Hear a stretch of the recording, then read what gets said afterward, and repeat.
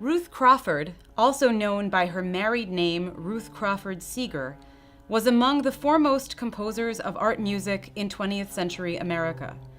As a composer and theorist, a proponent of the avant-garde ultra-modern style, and a transcriber and arranger of folk music, Crawford left an indelible mark on the American musical scene.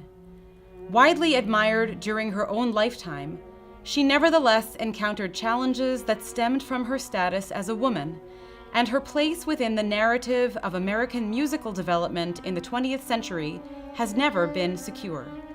She is often passed over in histories, her influence downplayed, and she is sometimes relegated to a place of secondary importance in relation to her husband, Charles Seeger, who was also her one-time composition teacher and collaborator, or in comparison to her musical children.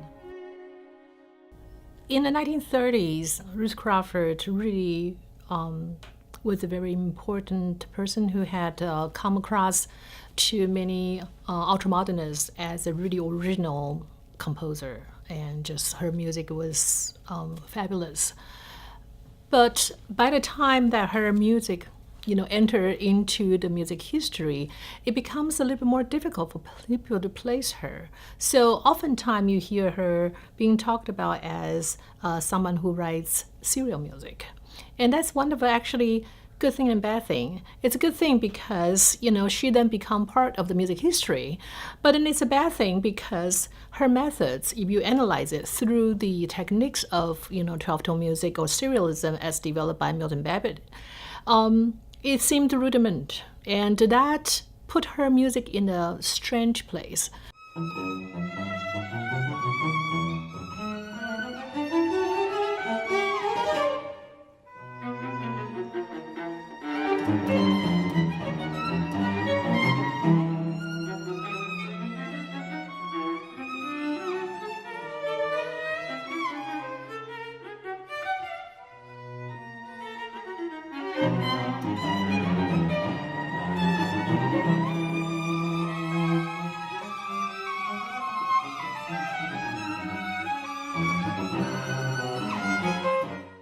In fact, her music developed a kind of serialism that's really American, and that requires a different kind of understanding and different kind of framework to understand her music.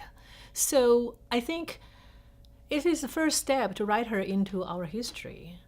The next step is to try to adjust our category and adjust our analytical approach to understand how best to understand her sound world, because that's a new sound world that even to this day is new. Most importantly, for example, in the 1970s, when her music, was really recorded in full length, it was hard for some of the composers like James Tenney to suddenly realize that's the part of America they didn't know about, and they adopt her around that time in the 1970s as their, lineage. Born on July 3, 1901, Ruth Crawford began piano lessons at the age of 6, later pursuing her education as a concert pianist at the American Conservatory in Chicago. Although she continued playing after a muscular injury limited her technical endurance, she turned her aspirations to a career in composition. Heavily affected by her interaction with Henry Cowell, she soon joined the ranks of the ultramoderns. In 1929, at Cowell's suggestion, she began studying composition with Charles Seeger, though Seeger was at first reluctant to teach her. In an interview decades later, he recalled that he was working with, quote, other women students at the time, and none was particularly interesting. Yet the relationship with Crawford proved fruitful as the two worked together on a treatise later published under Seeger's name alone, entitled Tradition and Experiment in the New Music. The ultramodern school, with which both Crawford and Seeger were associated, used so-called serialist techniques, in which sound was not organized according to traditional tonal harmony, but rather by other factors and procedures. Their music was avant-garde, as they and other predominantly male colleagues sought to forge a new path in American composition. She was educated in Chicago and had this really great sense of dissonance, which was really ultra modern for the composers at the time. But what's interesting is that she got opportunity to study with Charles Seeger, who wrote a very big manifesto about counterpoint, dissonant counterpoint. And after that, she then, became this composer who has several compositions that are really renowned. So a very typical narrative about Ruth Crawford was that she learned from Charles Seeger and then applied Charles Seeger's composition technique into her composition. And I have actually studied the class note or lesson note that Ruth Crawford had with Charles Seeger. And in my study, I realized that particular narrative about her applying Charles Seeger's method is actually incorrect, because Charles Seeger's concept of dissonant counterpoint was different at the start of her studying with him. And by the time they, work for a year or so, the manuscript for the dissonant counterpoint was completed. And by that time, it already has a lot of different changes and different focus in terms of how one go about with this technique. And so I attribute that to the imagination that Ruth Crawford had as a composer. And I actually think Charles Seeger was rendering into words what Ruth Crawford's rendered into notes in her composition.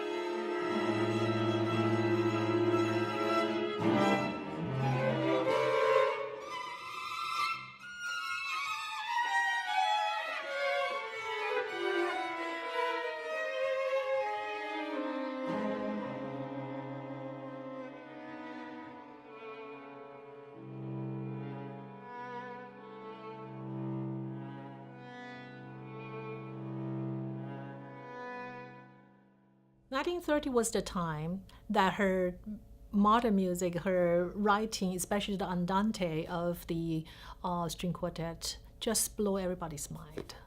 And when the music like that uses dynamic rather than pitch structure to orient how we listen to the sound, the sonority, a new way of express oneself, it didn't go away.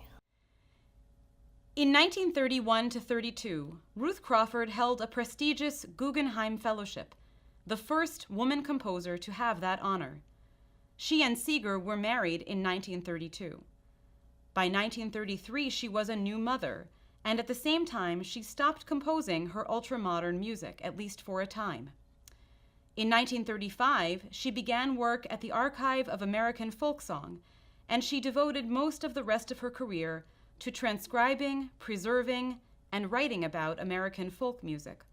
Her treatise on the subject, entitled The Music of American Folk Song and Other Selected Writings on American Folk Music, was not published until 2001. Even though her music was not heard literally in concert, her ideas were carried by various composers who later become very, very successful and influential. I think that's the reason why, even in this kind of rupture of her presence in the 1940s and 50s in the composition world, she still maintained a kind of significance. And that's why in 1970s, when people rediscover her, they start to connect the dots together and realize that her sound, her sonority in the 1930s was so influential for so many people.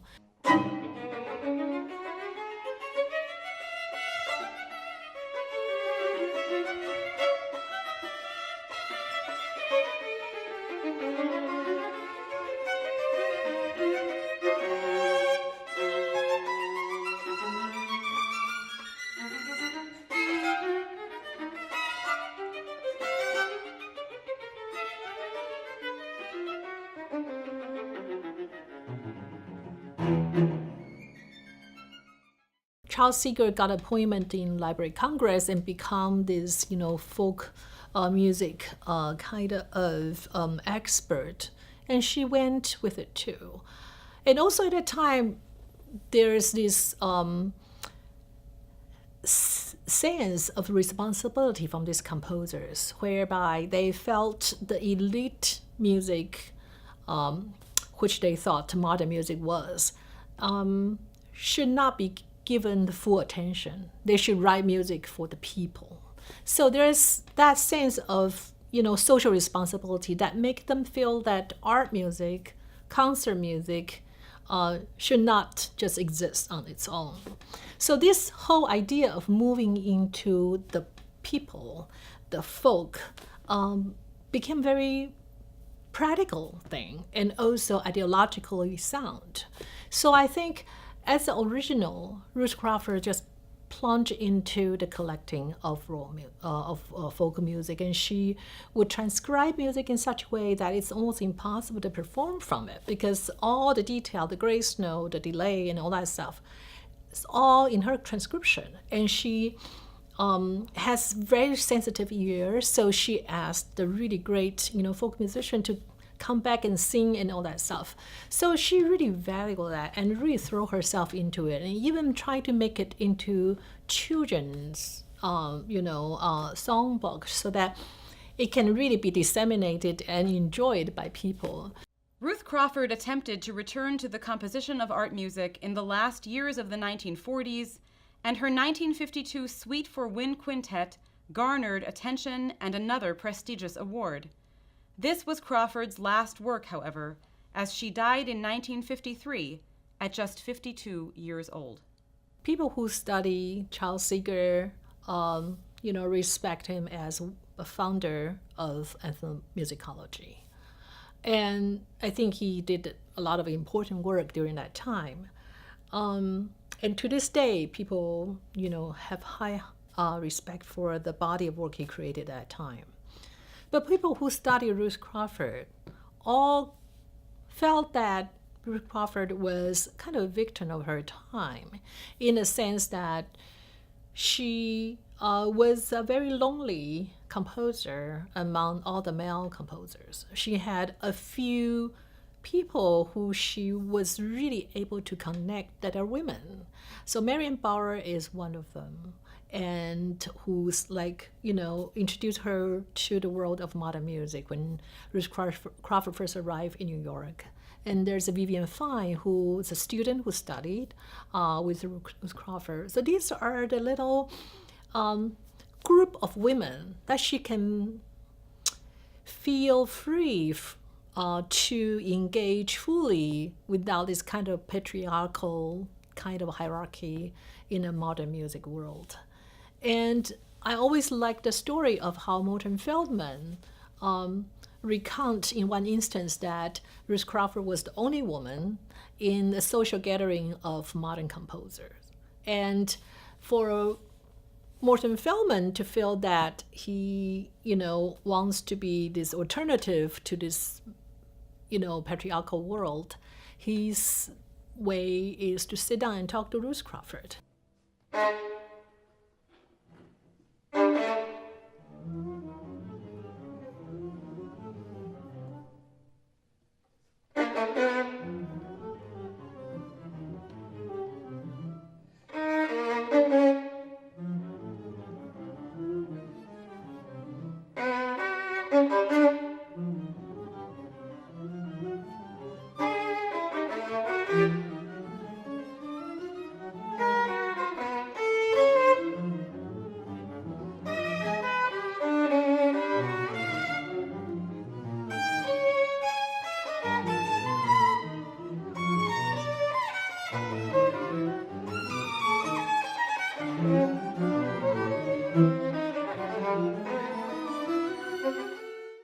She was also singled out by some people as someone who composed in the masculine style. And that unfortunately became this double sword, right? I mean, double-edged sword where she's being discriminated because she's a woman, but then she's double discriminated because she doesn't compose like a woman. As a young woman in 1927, Ruth Crawford had reflected privately on the status of women, angrily noting that, quote, beastly men, not satisfied with their own freedom, encroach on that of women, and procure in them a kind of necessitous fear which binds them about. While Crawford rarely spoke about her status as a woman in the predominantly male fields of composition, there can be little doubt that the multiple roles that she played, performer, student, composer, wife, mother, teacher, scholar, and author, both competed with one another and enriched her complex perspectives and her artistry. To study women composers' work is very important for all of us. And it's partly because for a lot of students today, they even ask why. Why do we need to study women's work? So there's this sense that if you have not heard a composer, it must not be very good, right? But I think if everyone make an effort to study women composer and try to create space for women composer, we may end up with a view about a history that's different from the dominant one. And I think the worst question people could ask is, how is women's composition different from men's?